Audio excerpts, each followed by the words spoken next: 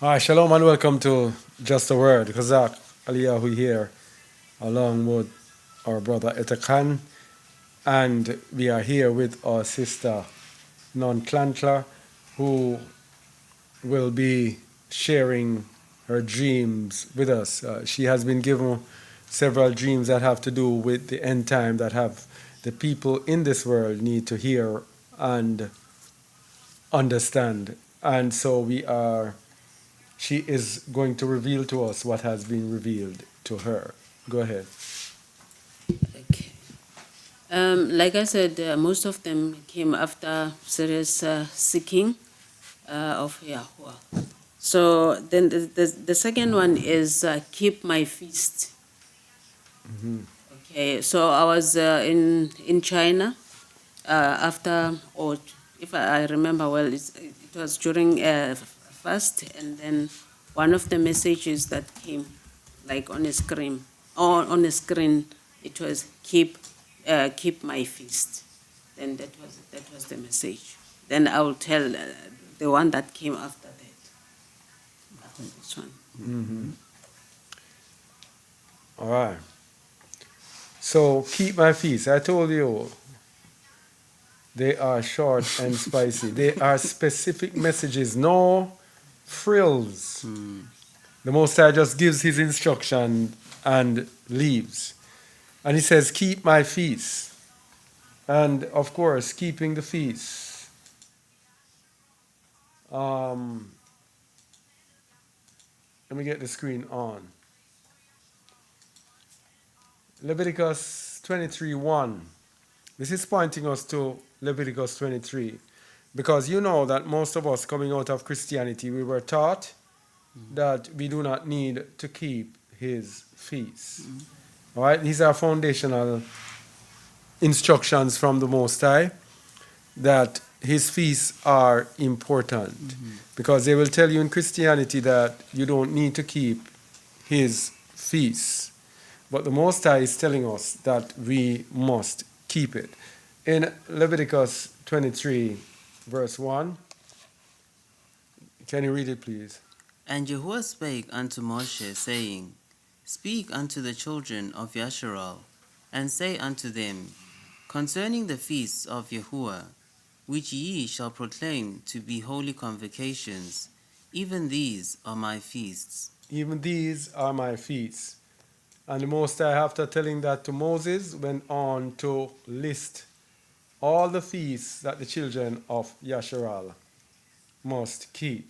So when he says, keep my feasts, it starts with the Shabbat, the seventh day Shabbat, then it went on to the Passover, then it went on to the Feast of First Fruits, the Feast of Weeks, Pentecost, the Feast of Trumpets or Day of Trumpets, the Day of Atonement, and the Feast of Booths.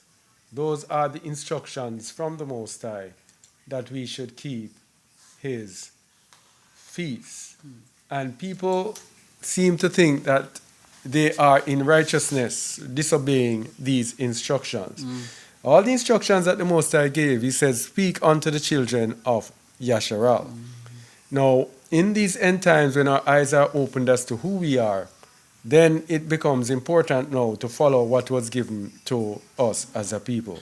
So, dreams like these are more specifically for people coming from the Christian line who do not believe that they should turn and obey the Most High.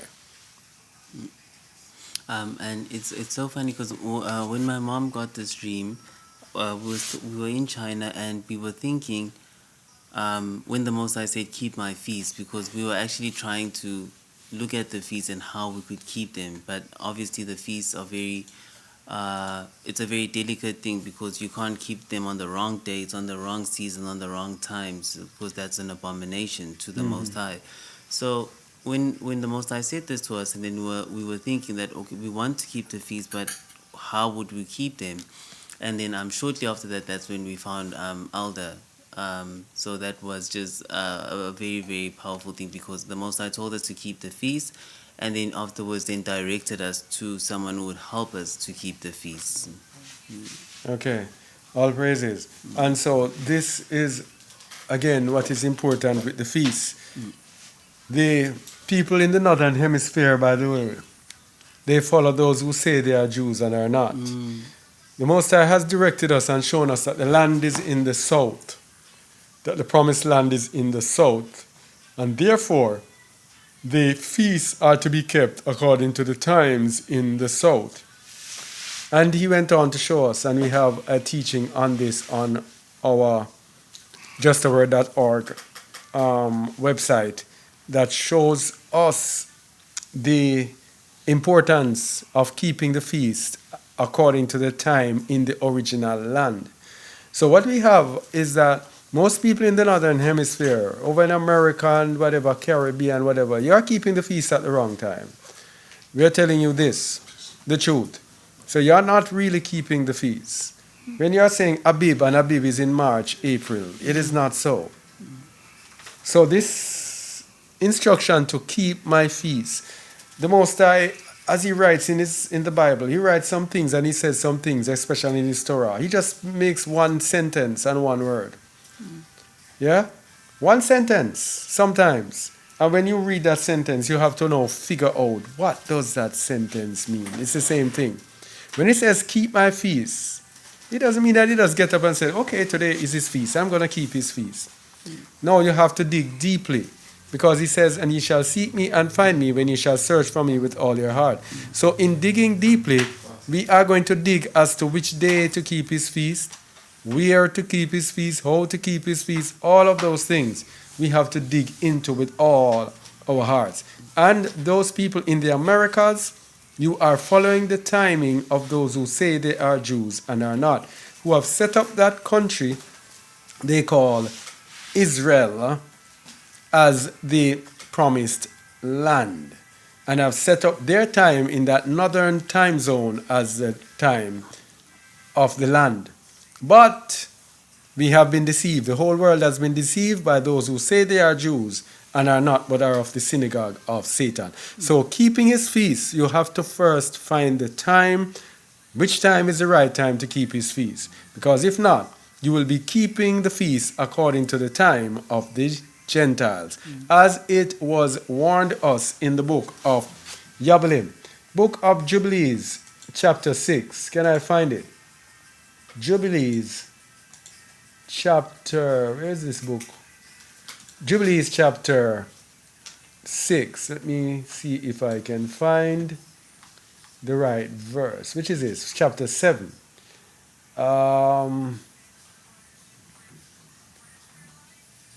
Verse 32.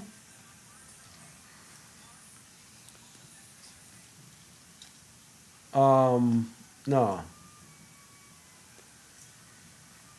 Verse 25. And on the new moon of the first month, you have that? 25. Yes. On 26 for me. Yes. Okay. And on the new moon of the 4th month, the months of the depths of the abyss beneath were closed. And on the new moon of the 7th month, all the mouths of the abysses of the earth were open, and the waters began to descend into them. And on the new moon of the 10th month, the tops of the mountains were seen, and Noah was glad. And on this account he ordained them for himself as feasts, for a memorial forever, and thus are they ordained. And they placed them on the heavenly tablets. Each had 13 weeks. From one to another passed their memorial, from the first to the second, and from the second to the third, and from the third to the fourth. And all the days of the commandment will be 52 weeks of days, and these will make the entire year complete. Thus it is engraved and ordained on the heavenly tablets. We see specific times ordained on the heavenly tablets. It's not only that it is a feast, but it is ordained upon the heavenly tablets for these specific dates.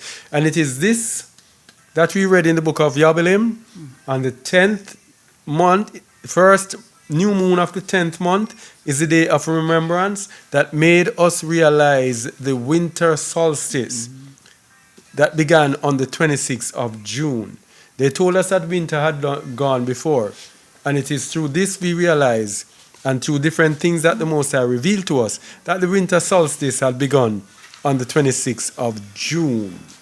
And 3 months later, on the 20-something of September, will be the spring equinox, which will divide the earth into these 13 weeks blocks. All right, so this helps us to know the times of the earth, but the feasts continue. And there is no neglecting this commandment for a single year or from year to year. You see it? No neglecting. It has to be accurate. Verse 32. And command you the children of Yasharal that they observe the years according to this reckoning, 364 days, and these will constitute a complete year, and they will not disturb its time from its days and from its feasts. For everything will fall out in them according to their testimony, and they will not leave out any day, nor disturb any feast.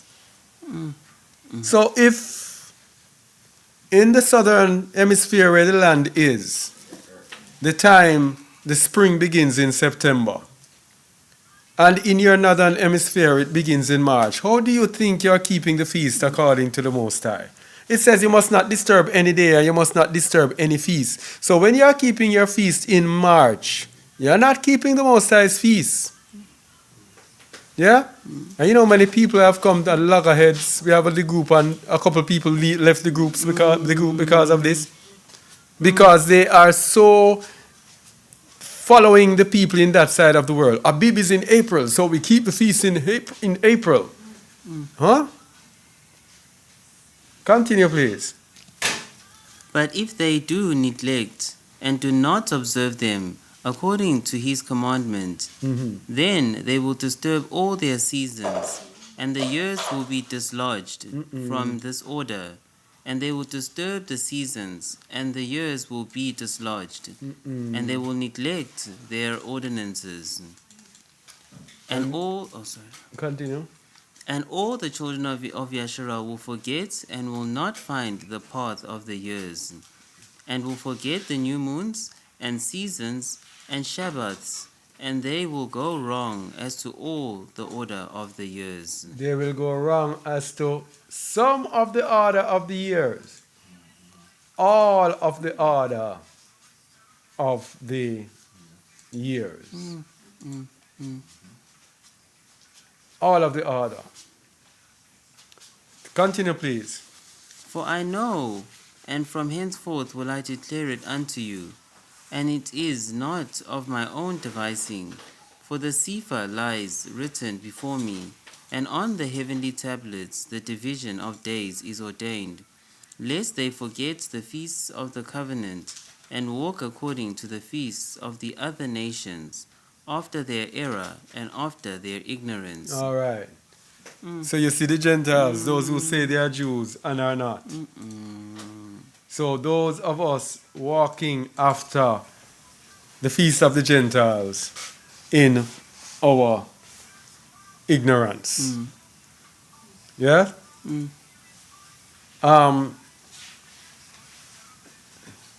Yada. Yes. You're on camera. You can. Yes. Yeah, after their ignorance. So this is it with the feast. The feast is very important. It's not only that you should keep his feast, but you have to follow the time and know the time of his feast. Okay? All right. Anything else on this? You got? No. Okay. All right. All right. Shalom and thank you, and keep watching these prophecies. Very short and very direct, but it gives us an opportunity to expound on exactly what the Most High means, on what he wants and what he expects from us. All right. All right. Shalom.